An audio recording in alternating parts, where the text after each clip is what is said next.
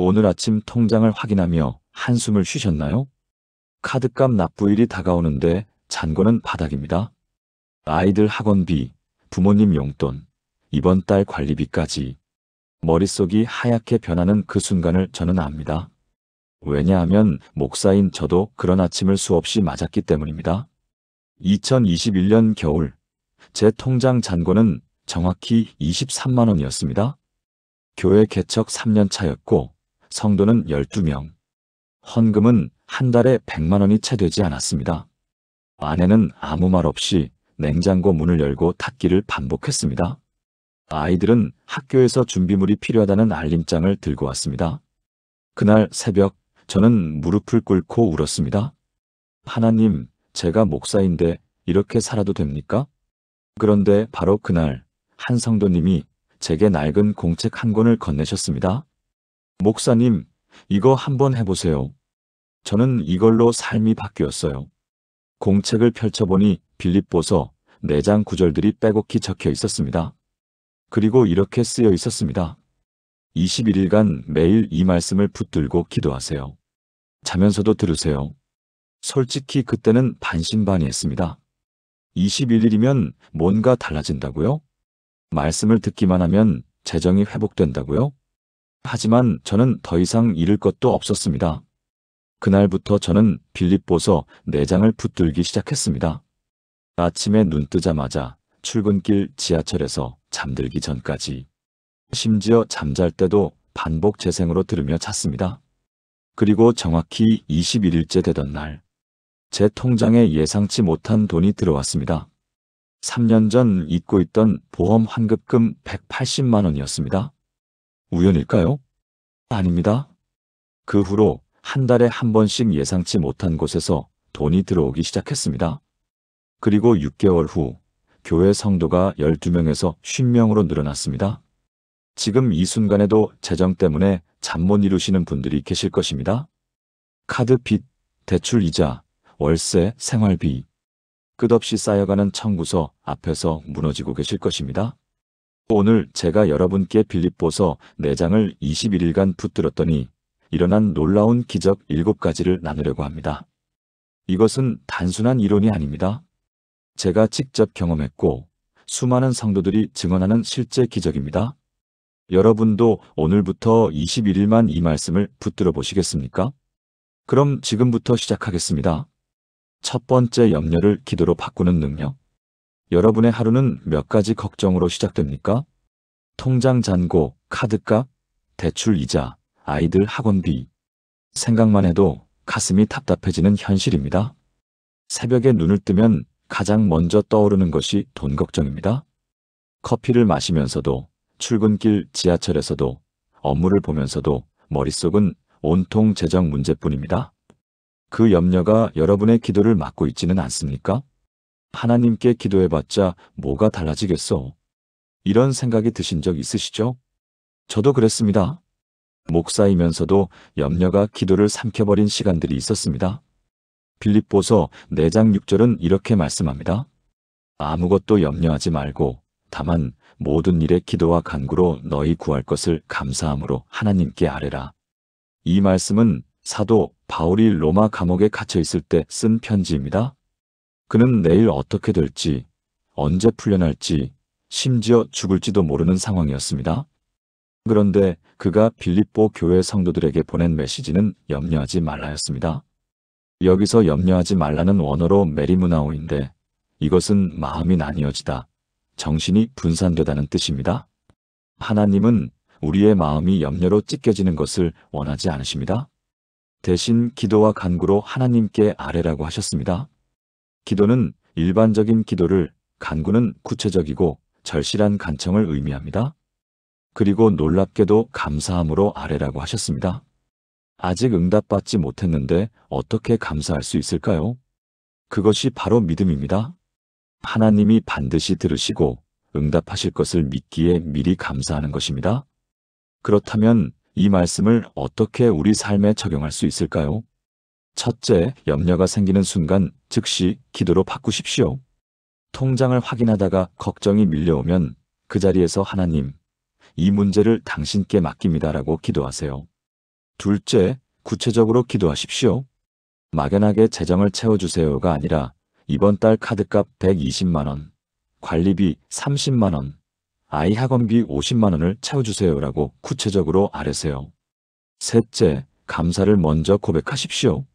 아직 응답받지 못했어도 하나님, 이미 예비하신 응답을 감사합니다라고 선포하세요. 넷째, 21일 동안 매일 이 말씀을 암송하고 묵상하십시오. 잠들기 전에도 잠에서 깨어날 때도 이 말씀을 반복하세요. 부산 해운대에 사는 박영숙 집사님의 이야기를 들려드리겠습니다.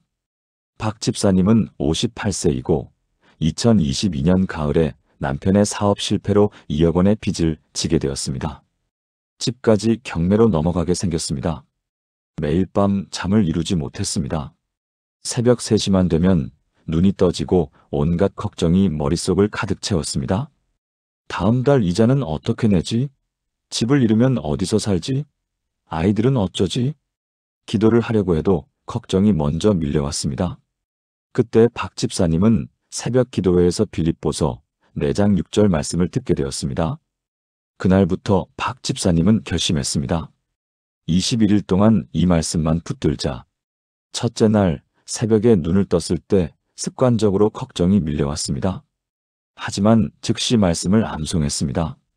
아무것도 염려하지 말고 다만 모든 일에 기도와 간구로. 둘째 날, 셋째 날도 마찬가지였습니다. 일주일이 지나자 조금씩 변화가 느껴지기 시작했습니다. 여전히 걱정은 있었지만 기도가 먼저 나오기 시작한 것입니다. 2주차에 접어들자 박 집사님은 통장을 볼 때마다 하나님께서 채워주실 것을 감사합니다라고 고백했습니다. 아직 통장에는 아무것도 없었지만 마음에는 평안이 자리 잡기 시작했습니다. 그리고 정확히 21일째 되던 날, 20년 전 남편이 친구에게 빌려준 3천만 원이 돌아왔습니다. 진작에 포기했던 돈이었습니다. 그 친구는 갑자기 양심의 가책이 느껴져서 빚을 갚아야겠다는 생각이 들었다고 했습니다. 3천만 원은 당장 급한 이자를 갚는 데 사용되었습니다. 그 후로도 박 집사님은 빌립보서 4장을 계속 붙들었습니다. 3개월 후 남편이 새로운 사업 기회를 얻었습니다. 6개월 후 경매로 넘어갈 뻔했던 집을 지킬 수 있었습니다. 1년 후 2억 원의 빚 중 1억 원을 갚았습니다. 지금 박 집사님은 매일 아침 빌립보서 4장을 읽으며 하루를 시작합니다. 염려를 기도로 바꾸는 것, 이것이 제 삶을 바꾼 첫 번째 기적이었습니다. 사랑하는 여러분, 지금 저와 함께 이렇게 기도해 보시겠습니까? 하나님 아버지, 제 마음을 찢고 있는 모든 염려를 오늘 주님께 내려놓습니다. 아무것도 염려하지 말라 하신 주님의 말씀을 붙듭니다. 지금 이 순간부터 저는 기도와 간구로 제 필요를 주님께 아뢰입니다. 아직 보이지 않는 응답을 믿음으로 감사드립니다. 주님께서 반드시 들으시고 응답하실 것을 믿습니다. 제 염려를 주님의 평안으로 바꿔주소서. 예수님의 이름으로 기도합니다. 아멘. 이 기도를 매일 아침 고백해 보세요. 여러분의 염려가 기도로 바뀌는 놀라운 변화를 경험하게 될 것입니다. 그런데 염려를 내려놓았다고 해서 끝이 아닙니다. 하나님은 우리에게 더 놀라운 선물을 예비하셨습니다. 바로 두 번째 기적, 하나님의 평강입니다. 두 번째 모든 지각에 뛰어난 하나님의 평강. 재정 문제가 있을 때 가장 힘든 것이 무엇인지 아십니까?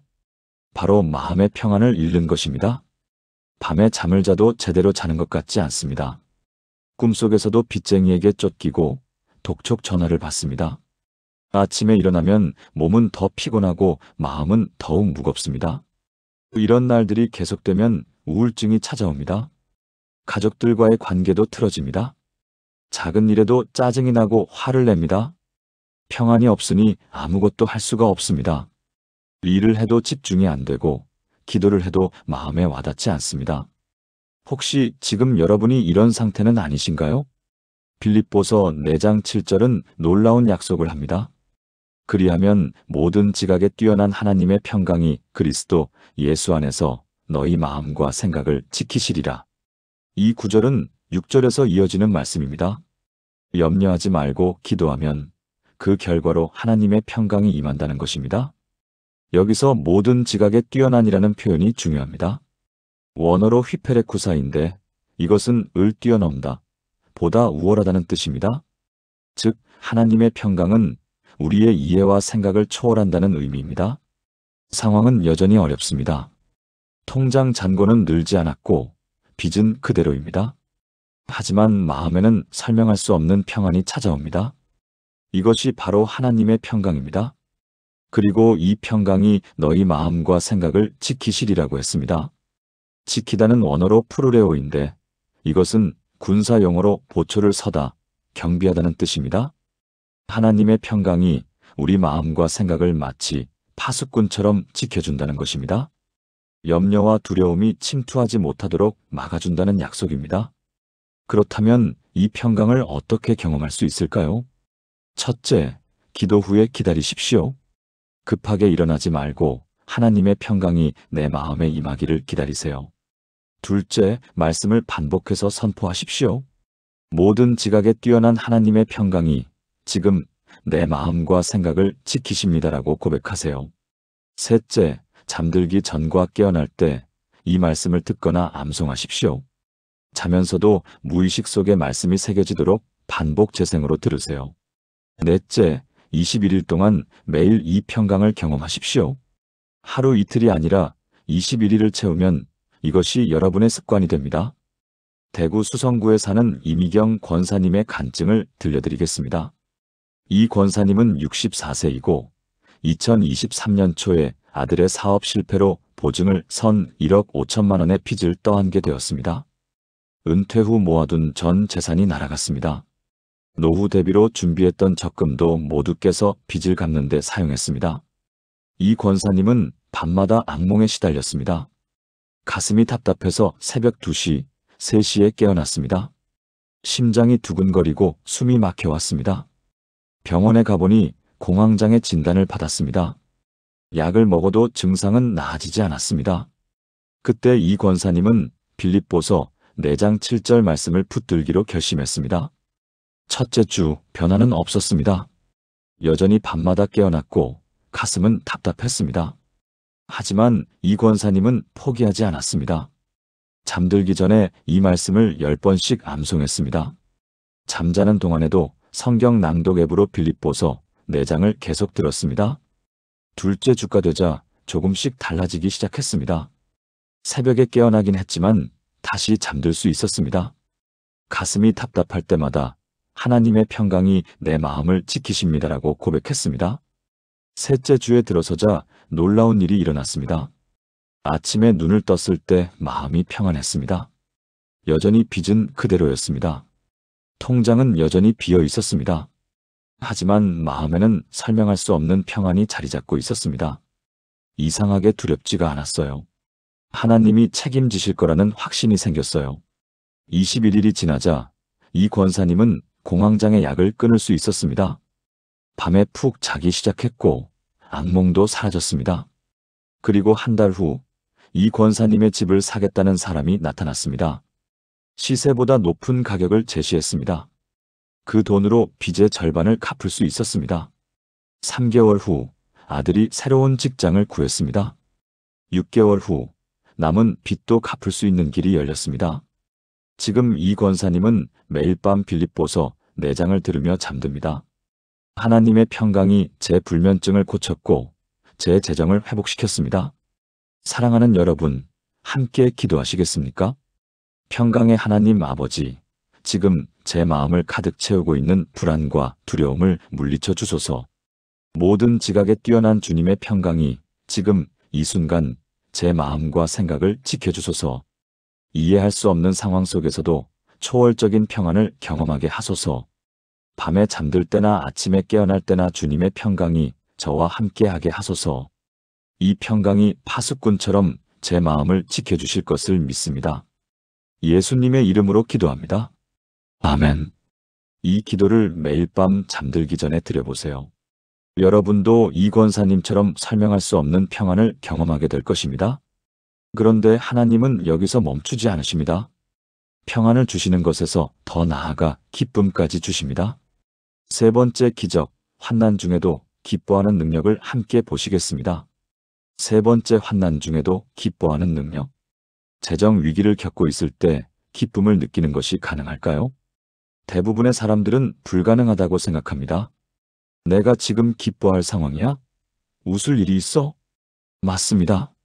빚에 쪼들리고 독촉 전화에 시달리고 내일 어떻게 될지 모르는 상황에서 어떻게 기뻐할 수 있겠습니까? 그래서 우리는 기쁨을 나중으로 미룹니다. 이 빚만 갚으면 기뻐해야지. 재정이 회복되면 그때 웃어야지. 하지만 그날은 좀처럼 오지 않습니다. 한 가지 문제가 해결되면 또 다른 문제가 생깁니다. 그러다 보면 평생 기쁨 없이 살게 됩니다.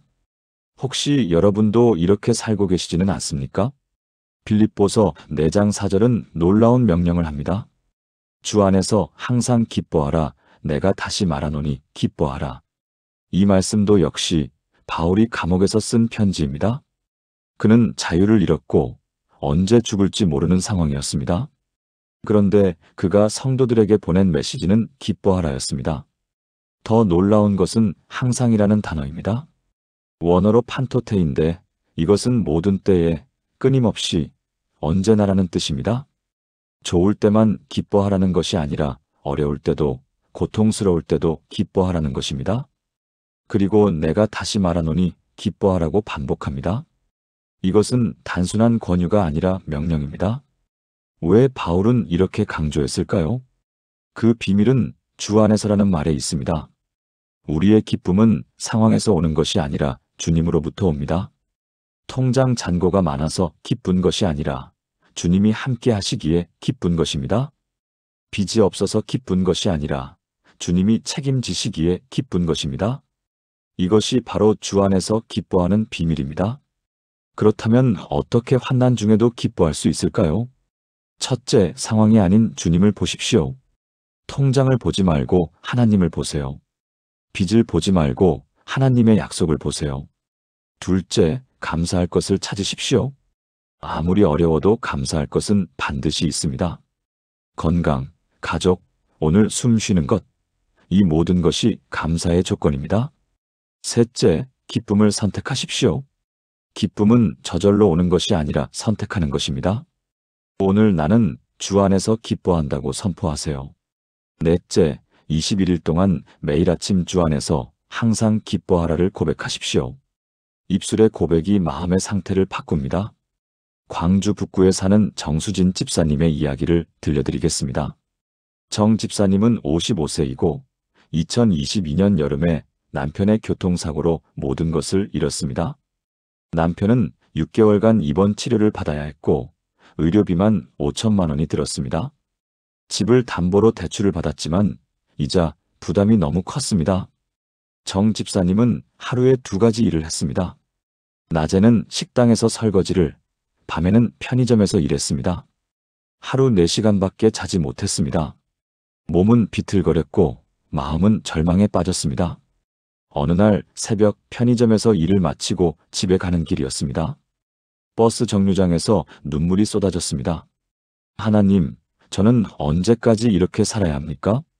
그때 한 청년이 다가와 휴지를 건네주었습니다. 괜찮으세요? 힘내세요. 그 말 한마디에 정 집사님은 더 크게 울었습니다. 집에 돌아와 성경을 펼쳤습니다. 우연히 빌립보서 4장이 펼쳐졌습니다.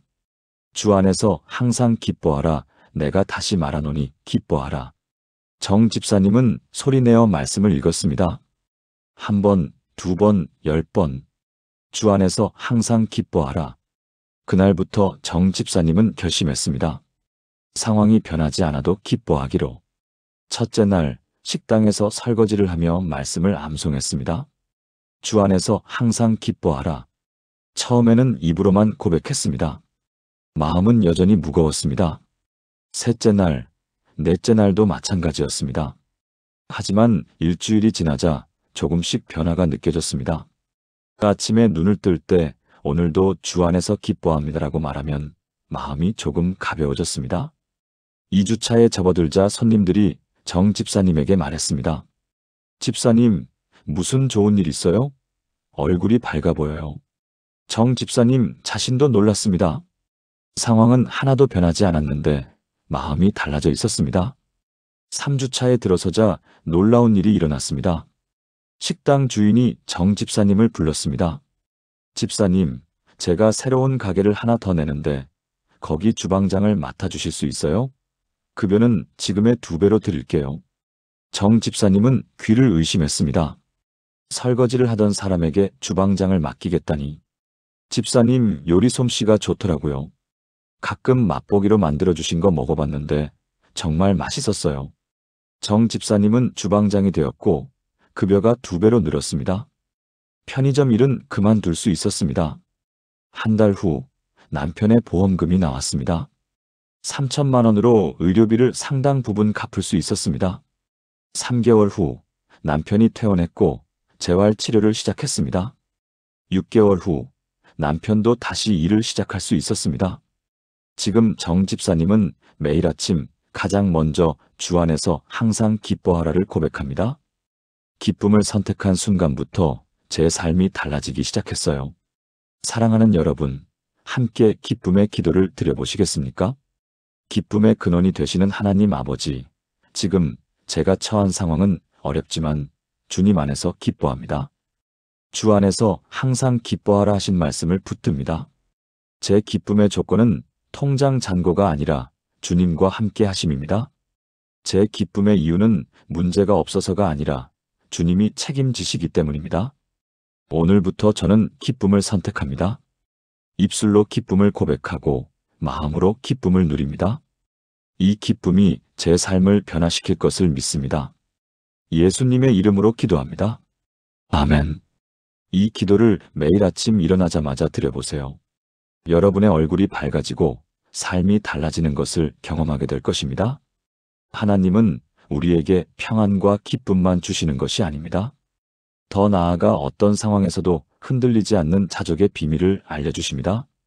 4번째 기적, 자족하는 삶을 함께 살펴보겠습니다.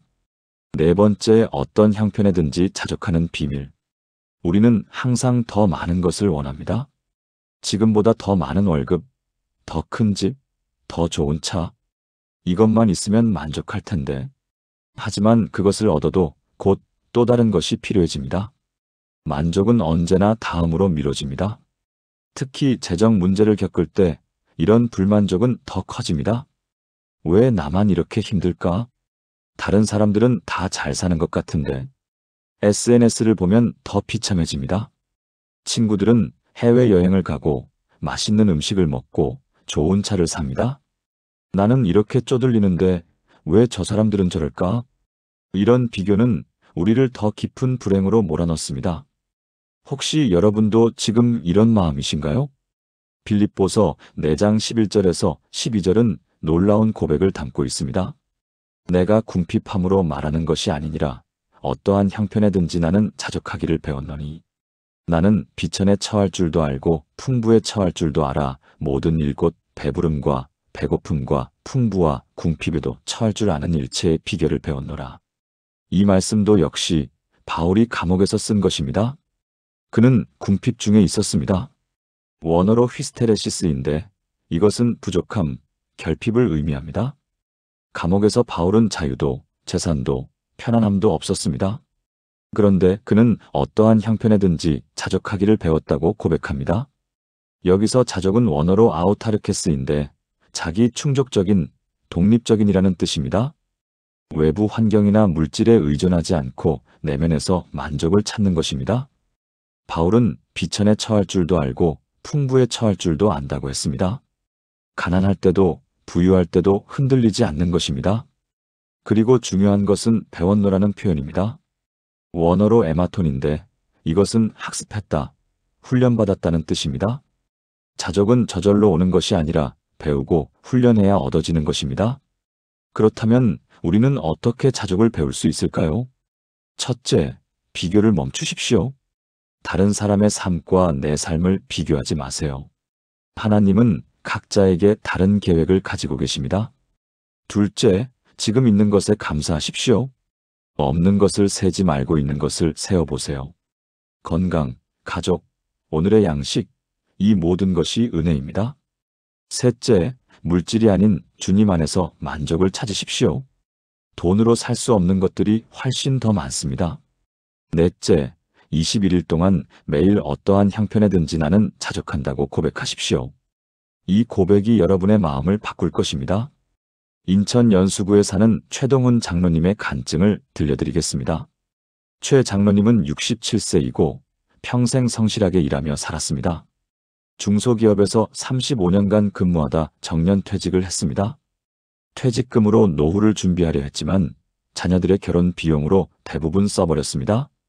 남은 것은 국민연금 월 80만 원 뿐이었습니다.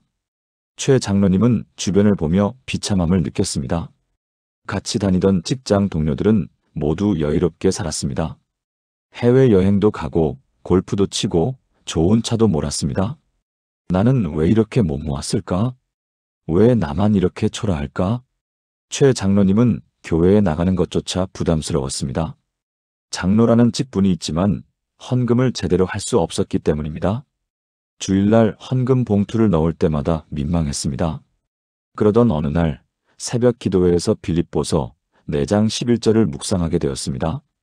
어떠한 형편에든지 나는 자족하기를 배웠노니. 최 장로님은 그날 결심했습니다. 21일 동안 이 말씀을 붙들자. 자족을 배우자. 첫째 주, 최 장로님은 매일 아침 거울을 보며 말했습니다. 어떠한 형편에든지 나는 자족한다. 처음에는 공허하게 느껴졌습니다. 통장 잔고는 여전히 적었고 친구들은 여전히 부유해 보였습니다. 하지만 포기하지 않고 계속 고백했습니다. 둘째 주가 되자 최 장로님은 작은 변화를 시도했습니다. 감사 일기를 쓰기 시작한 것입니다. 오늘도 건강하게 하루를 시작할 수 있어서 감사합니다. 맛있는 밥을 먹을 수 있어서 감사합니다. 아내가 곁에 있어서 감사합니다. 처음에는 형식적으로 썼지만 점점 진심이 되어갔습니다. 셋째 주에 들어서자 놀라운 변화가 일어났습니다. 친구들의 삶을 보면서도 부러움이 들지 않았습니다. 오히려 저 사람들도 나름의 고민이 있겠지라는 생각이 들었습니다. 80만 원의 연금이지만 충분히 살 수 있다는 확신이 생겼습니다. 21일째 되던 날, 최 장로님은 아내에게 말했습니다. 여보, 우리 정말 부자예요. 건강하고 서로 사랑하고 하나님이 함께 하시잖아요. 아내는 눈물을 흘렸습니다. 당신이 그런 말을 하다니 정말 변했네요. 그 후로 최 장로님의 삶이 달라졌습니다. 한 달 후, 최 장로님은 동네에서 작은 일자리를 찾았습니다. 아파트 관리사무소에서 주 3회, 하루 4시간씩 경비 일을 하게 된 것입니다. 월 60만 원의 추가 수입이 생겼습니다. 3개월 후, 최 장로님이 사는 아파트 재개발 소식이 들려왔습니다. 집값이 30% 올랐습니다. 6개월 후, 최 장로님은 집을 팔고 작은 집으로 이사했습니다. 차액 1억 원이 생겼고 그 돈으로 여유로운 노후를 보낼 수 있게 되었습니다. 지금 최 장로님은 매일 아침 어떠한 형편에든지 나는 자족한다고 고백합니다. 자족을 배운 순간부터 하나님의 공급이 시작되었어요. 사랑하는 여러분, 함께 자족의 기도를 드려보시겠습니까? 모든 것을 공급하시는 하나님 아버지, 오늘 제가 가진 것에 감사합니다. 어떠한 형편에든지 자족하기를 배우게 하소서. 비교하는 마음, 불평하는 마음을 내려놓고 지금 주신 것에 만족합니다. 주님께서 제게 주신 것이 가장 좋은 것임을 믿습니다. 물질에서가 아니라 주님 안에서 만족을 찾게 하소서. 자족하는 마음이 제 삶을 풍요롭게 만들 것을 믿습니다. 예수님의 이름으로 기도합니다. 아멘. 이 기도를 매일 드리며 감사일기를 써보세요. 여러분도 최 장로님처럼 진정한 만족을 경험하게 될 것입니다. 자족을 배우면 다음 단계로 나아갈 수 있습니다. 바로 5번째 기적, 모든 것을 할 수 있는 능력입니다. 5번째 내게 능력 주시는 자 안에서 모든 것을.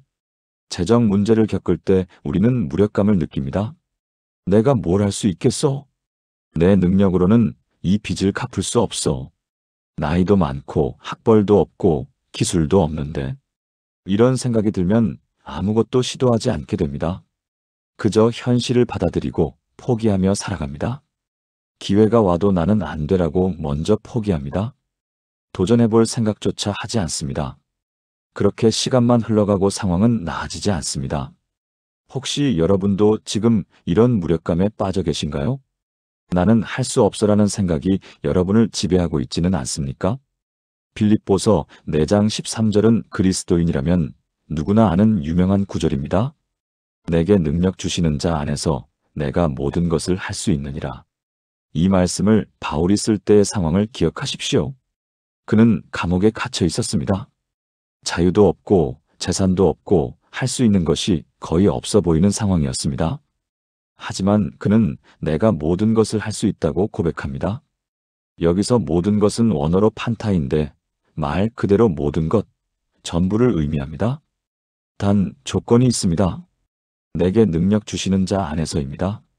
원어로 엔 토엔 듀나문티메인데 나를 강하게 하시는 분 안에서라는 뜻입니다. 내 능력으로는 할 수 없지만 그리스도의 능력으로는 모든 것을 할 수 있다는 것입니다. 이것은 단순한 긍정적 사고가 아닙니다. 내 안에 계신 그리스도의 능력에 대한 확신입니다.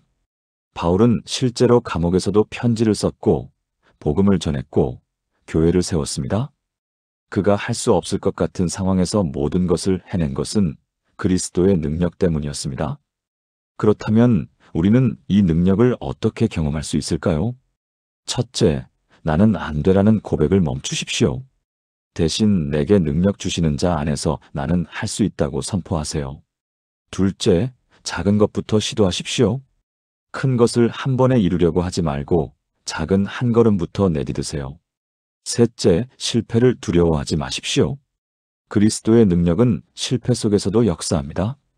넷째, 21일 동안 매일 이 말씀을 고백하며 한 가지씩 실행하십시오. 말씀만 외우지 말고 실제로 행동으로 옮기세요. 울산 남구에 사는 강희정 집사님의 놀라운 간증을 들려드리겠습니다. 강 집사님은 59세이고 2021년에 남편과 이혼 후 혼자 두 딸을 키우게 되었습니다. 고등학교만 졸업한 강 집사님이 할 수 있는 일은 식당 일뿐이었습니다. 한 달 월급은 200만 원, 월세 50만 원, 생활비, 아이들 학원비를 내고 나면 남는 것이 없었습니다. 게다가 전 남편이 남긴 빚 3천만 원이 있었습니다. 강 집사님은 절망했습니다. 내가 이 빚을 어떻게 갚아? 내 능력으로는 불가능해. 매일 밤 눈물로 베개를 적셨습니다. 하지만 포기할 수 없었습니다. 아이들을 위해서라도 살아야 했습니다. 그때 강 집사님은 교회 새벽 기도회에서 빌립보서 4장 13절을 듣게 되었습니다. 내게 능력 주시는 자 안에서 내가 모든 것을 할 수 있느니라. 강 집사님은 이 말씀을 붙들기로 결심했습니다. 첫째 날, 강 집사님은 휴대폰 메모장에 이 구절을 적었습니다. 하루에도 수십 번 이 말씀을 읽었습니다. 일하면서도, 버스 안에서도, 잠들기 전에도 내게 능력 주시는 자 안에서 내가 모든 것을 할 수 있다.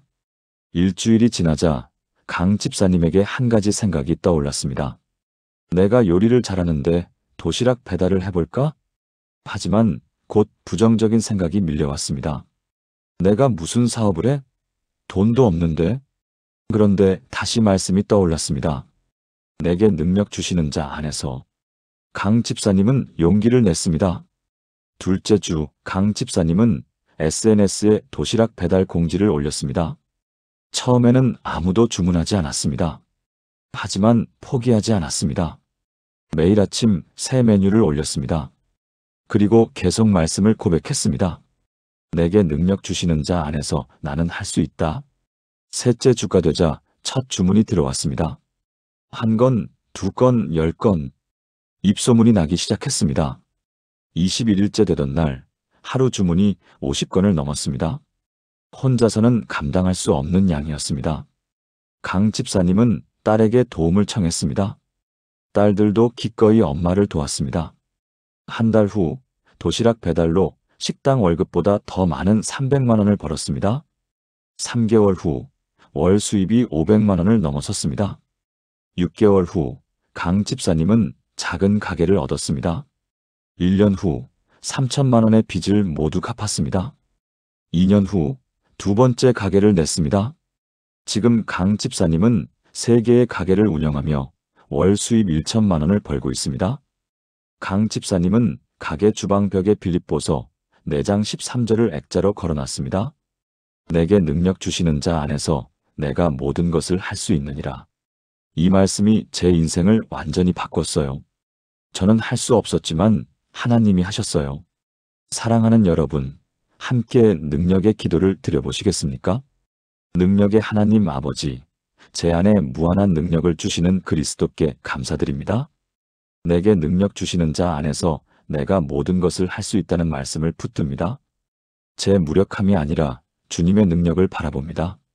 제 연약함이 아니라 주님의 강함을 의지합니다. 오늘부터 저는 나는 할 수 없다는 고백을 멈추고 주님 안에서 나는 할 수 있다고 선포합니다.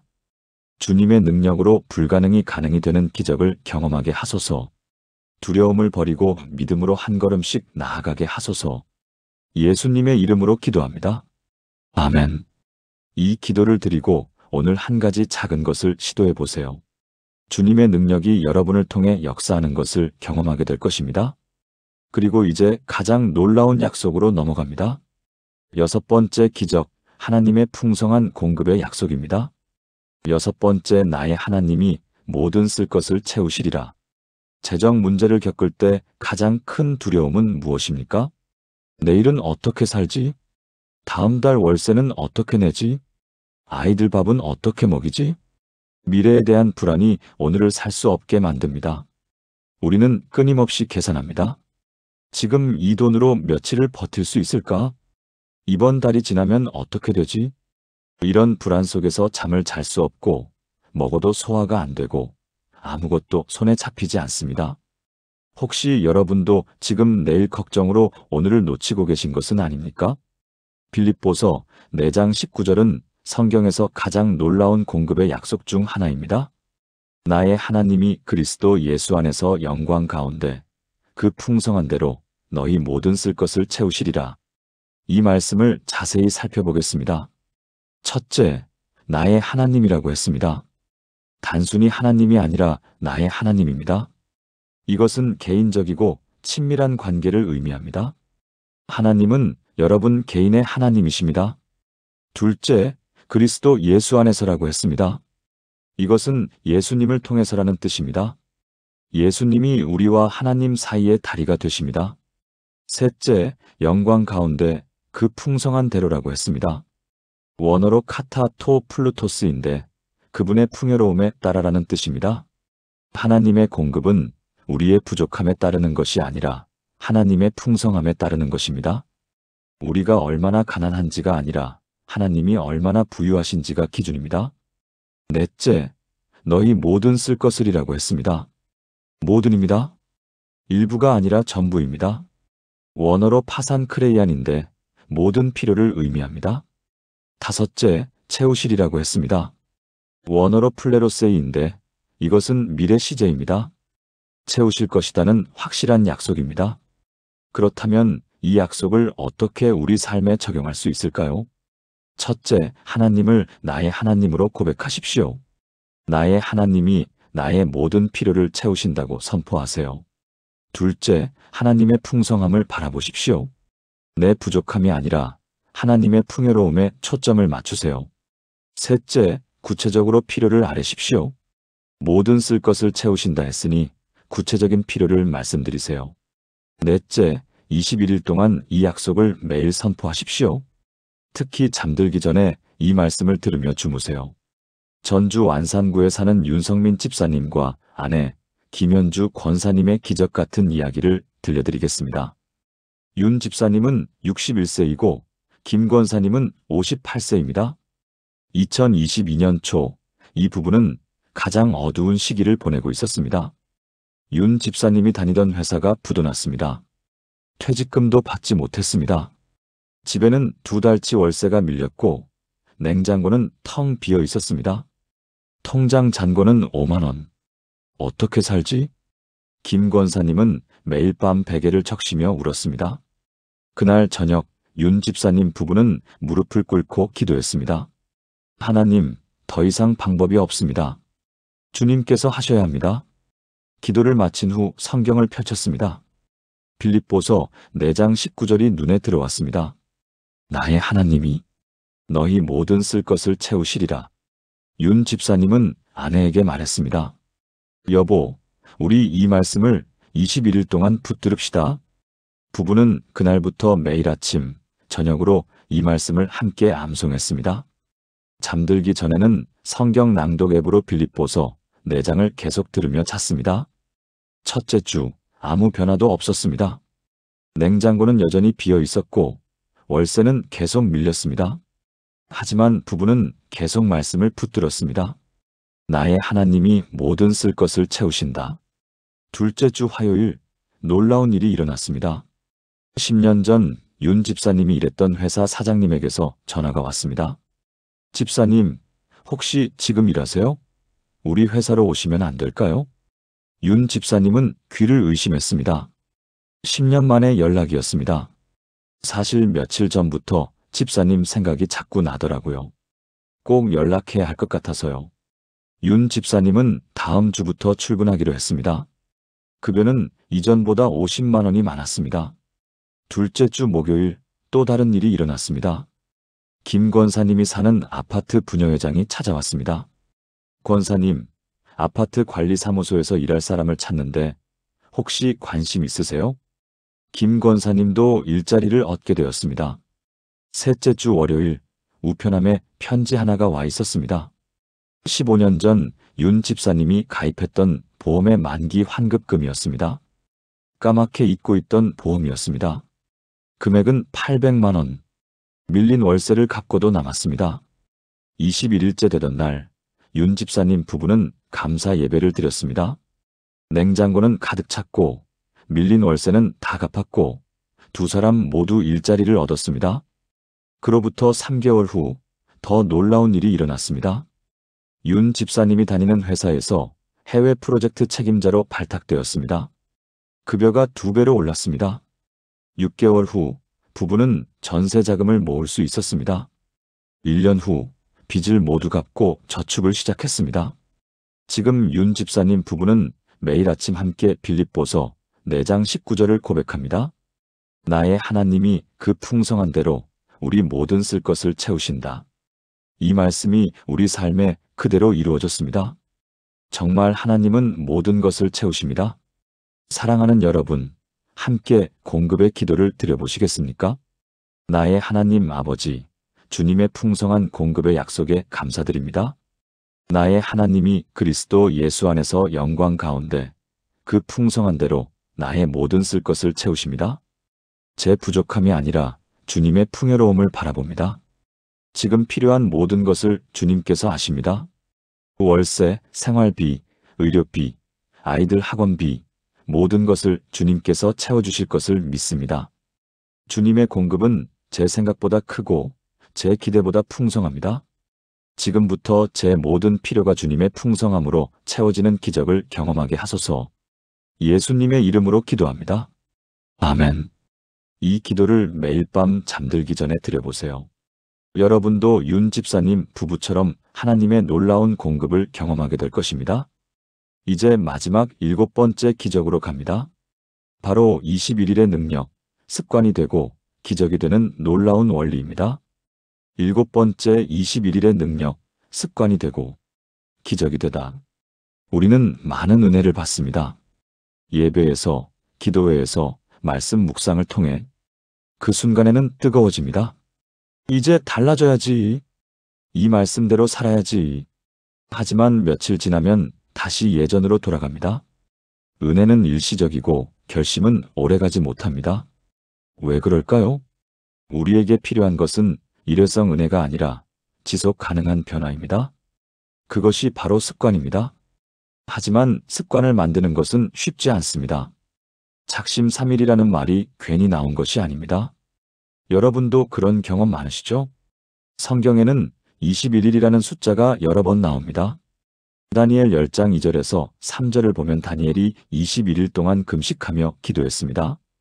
그때에 나 다니엘이 새 일의 동안을 슬퍼하며 좋은 떡을 먹지 아니하며 고기와 포도주를 입에 대지 아니하며 또 기름을 바르지 아니하고 새 이레가 차기까지 이르니라. 21일 후에 천사가 나타나 응답이 왔습니다. 이것은 우연이 아닙니다. 현대 심리학에서도 21일의 법칙이 있습니다. 한 가지 행동을 21일 동안 지속하면 그것이 습관이 된다는 것입니다. 뇌과학적으로도 설명됩니다. 21일 동안 같은 생각, 같은 행동을 반복하면 뇌에 새로운 신경회로가 만들어집니다. 이것을 신경가소성이라고 합니다. 빌립보서 4장을 21일 동안 붙들면 어떻게 될까요? 염려하지 않는 것이 습관이 됩니다. 평강을 누리는 것이 습관이 됩니다. 기뻐하는 것이 습관이 됩니다. 자족하는 것이 습관이 됩니다. 능력을 믿는 것이 습관이 됩니다. 공급을 기대하는 것이 습관이 됩니다. 그리고 그 습관이 여러분의 삶을 완전히 바꿉니다. 그렇다면 21일을 어떻게 채워야 할까요? 첫째, 매일 같은 시간에 하십시오. 아침에 일어나자마자 또는 잠들기 전. 정해진 시간에 하면 잊어버리지 않습니다. 둘째, 말씀을 소리내어 읽으십시오. 눈으로만 보지 말고 입으로 고백하세요. 귀로 들으면 더 깊이 새겨집니다. 셋째, 잠들 때 반복 재생으로 들으십시오. 무의식 중에도 말씀이 여러분 안에 새겨집니다. 넷째, 체크리스트를 만드십시오. 21일 표를 만들어 하루하루 체크하세요. 시각적으로 확인하면 동기부여가 됩니다. 다섯째, 누군가와 함께 하십시오. 가족이나 친구와 함께 21일 챌린지를 하면 더 잘 지속할 수 있습니다. 제 이야기로 마무리하겠습니다. 2021년 겨울, 제 통장 잔고 23만 원이었던 그날로 돌아갑니다. 그날 성도님이 건네주신 공책을 받아들고 저는 결심했습니다. 21일 동안 빌립보서 4장만 붙들자. 첫째 날 새벽 5시에 일어나 빌립보서 4장을 읽었습니다. 소리내어 읽었습니다. 출근길 지하철에서도 휴대폰으로 읽었습니다. 점심시간에도 저녁에도 잠들기 전에도 읽었습니다. 잠잘 때는 성경 낭독 앱으로 반복 재생해서 들으며 잤습니다. 처음 3일은 변화가 없었습니다. 통장 잔고는 그대로였고 교회 상황도 그대로였습니다. 하지만 저는 계속했습니다. 일주일이 지나자 조금씩 마음이 평안해지기 시작했습니다. 여전히 돈은 없었지만 염려가 줄어들었습니다. 2주차에 들어서자 제 고백이 달라졌습니다. 하나님이 채우실 것이다. 나는 할 수 있다. 모든 것이 합력하여 선을 이루실 것이다. 3주차, 정확히 21일째 되던 날, 3년 전 잊고 있던 보험 환급금 180만 원이 들어왔습니다. 그것이 시작이었습니다. 그 후로 한 달에 한 번씩 예상치 못한 곳에서 돈이 들어왔습니다. 새로운 성도들이 교회로 오기 시작했습니다. 6개월 후 교회는 50명이 되었고 재정도 안정되었습니다. 1년 후 전세 보증금을 올릴 수 있었습니다. 2년 후 교회는 100명이 넘었고 저는 사례비를 정상적으로 받을 수 있게 되었습니다. 지금도 저는 매일 아침 빌립보서 4장을 읽습니다. 21일은 지났지만 이것이 제 습관이 되었습니다. 아니, 제 삶의 일부가 되었습니다. 여러분도 할 수 있습니다. 21일만 투자하십시오. 하루 10분이면 됩니다. 그 21일이 여러분의 평생을 바꿀 것입니다. 사랑하는 여러분, 마지막으로 함께 기도하시겠습니까? 전능하신 하나님 아버지, 21일의 능력을 주시니 감사합니다. 오늘부터 21일 동안 빌립보서 4장을 붙들기로 결단합니다. 염려를 내려놓고 평강을 누리고 기뻐하며 자족하고 능력을 믿고 공급을 기대하는 삶을 살기로 결심합니다. 이 21일이 저의 습관이 되게 하시고 습관이 제 삶을 바꾸게 하소서. 중간에 포기하지 않도록 성령님이 도와주소서. 21일 후에 제 삶에 일어날 기적을 기대하며 믿음으로 나아갑니다. 예수님의 이름으로 기도합니다. 아멘. 이 기도를 드리고 오늘부터 시작하세요. 21일 표를 만들어 하루하루 체크하세요. 여러분도 제가 경험한 것처럼, 그리고 오늘 나눈 모든 간증처럼 놀라운 변화를 경험하게 될 것입니다. 이제 지금까지 나눈 7가지를 하나의 기도로 엮어드리겠습니다. 지금까지 나눈 7가지 말씀을 하나의 기도로 드리겠습니다. 함께 기도하시겠습니까? 사랑하는 하나님 아버지, 오늘 이 시간 빌립보서 4장의 놀라운 7가지 약속을 주심에 감사드립니다. 염려를 기도로 바꾸는 능력, 모든 지각에 뛰어난 평강, 환난 중에도 기뻐하는 능력, 어떤 형편에든지 자족하는 비밀, 내게 능력 주시는 자 안에서 모든 것을 할 수 있는 확신, 나의 하나님이 모든 쓸 것을 채우시는 약속, 그리고 21일의 능력을 통한 삶의 변화까지 모든 것을 감사드립니다. 오늘부터 저는 고백합니다. 아무것도 염려하지 않고 모든 일에 기도와 간구로 제 구할 것을 감사함으로 하나님께 아뢰니다. 모든 지각에 뛰어난 하나님의 평강이 제 마음과 생각을 지킵니다. 저는 주 안에서 항상 기뻐합니다. 어떠한 형편에든지 저는 자족합니다. 내게 능력 주시는 자 안에서 내가 모든 것을 할 수 있습니다. 나의 하나님이 그리스도 예수 안에서 영광 가운데 그 풍성한 대로 나의 모든 쓸 것을 채우십니다. 오늘부터 21일 동안 이 말씀을 붙들고 살아가겠습니다. 매일 아침 이 말씀으로 하루를 시작하고 매일 밤 이 말씀을 들으며 잠들겠습니다. 이 말씀이 제 습관이 되게 하시고 습관이 제 삶을 완전히 변화시키게 하소서. 재정의 어려움을 넘어 풍성한 공급을 경험하게 하시고 염려와 두려움을 넘어 평강과 기쁨을 누리게 하소서. 무력함을 넘어 능력을 경험하게 하시고 불만족을 넘어 자족의 은혜를 누리게 하소서. 21일 후 제 삶에 일어날 놀라운 기적을 믿음으로 기대합니다. 제 통장에, 제 삶에, 제 가정에, 제 사업에 하나님의 풍성한 공급이 흘러넘칠 것을 믿습니다. 이 모든 것이 주님의 약속이요, 주님의 능력이요, 주님의 은혜임을 고백합니다. 살아계신 예수 그리스도의 이름으로 기도합니다. 아멘. 사랑하는 여러분, 지금까지 빌립보서 4장을 21일간 붙들었더니 일어난 놀라운 기적 7가지를 함께 나누었습니다. 첫째, 염려를 기도로 바꾸는 능력을 배웠습니다.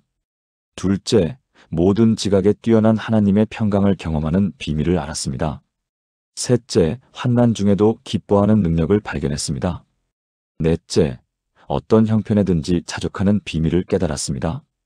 다섯째, 내게 능력 주시는 자 안에서 모든 것을 할 수 있다는 확신을 얻었습니다. 여섯째, 나의 하나님이 모든 쓸 것을 채우시는 약속을 붙들었습니다.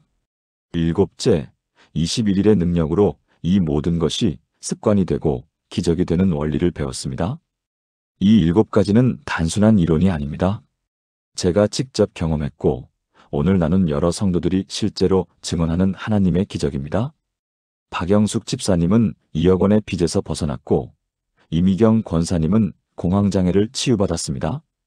정수진 집사님은 2가지 일을 하며 절망하던 삶에서 기쁨의 삶으로 바뀌었고 최동훈 장로님은 자족을 배워 진정한 부자가 되었습니다. 강희정 집사님은 무력함을 넘어 사업가가 되었고 윤성민 집사님 부부는 하나님의 풍성한 공급을 경험했습니다. 이 모든 것이 21일 동안 빌립보서 4장을 붙들었기 때문에 일어난 일입니다. 여러분도 할 수 있습니다. 아니, 여러분도 반드시 경험하게 될 것입니다. 오늘부터 시작하십시오. 21일표를 만들어 매일 체크하세요. 아침에 일어나자마자 빌립보서 4장을 읽으십시오. 하루 종일 이 말씀을 묵상하고 고백하십시오. 잠들기 전에 이 말씀을 들으며 주무십시오. 21일 후 여러분의 삶에 놀라운 변화가 시작될 것입니다. 재정이 회복되고 마음의 평안이 찾아오고 기쁨이 넘치고 능력이 나타나고 하나님의 공급이 흘러넘칠 것입니다. 이 영상이 여러분에게 도움이 되었다면 좋아요를 눌러주시고 아래 댓글란에 21일 도전합니다라고 남겨주세요. 여러분의 다짐이 여러분의 믿음을 더 강하게 만들 것입니다. 그리고 이 영상을 재정 문제로 힘들어하는 주변 분들과 함께 나눠주세요. 더 많은 분들이 이 놀라운 기적을 경험할 수 있도록 도와주세요. 구독과 알림 설정도 부탁드립니다. 앞으로도 여러분의 삶을 변화시킬 말씀과 간증을 계속 전하겠습니다. 사랑하는 여러분, 하나님의 풍성한 축복이 여러분의 삶에 넘쳐나기를 축복합니다. 여러분의 통장이 채워지고 여러분의 마음이 평안해지고 여러분의 삶이 기쁨으로 가득하기를 주님의 이름으로 축복합니다. 21일 후에 여러분의 놀라운 간증을 댓글로 나눠주세요. 저도 여러분과 함께 기뻐하며 하나님께 영광 돌리겠습니다. 오늘도 여러분을 사랑합니다. 하나님이 여러분과 함께 하십니다.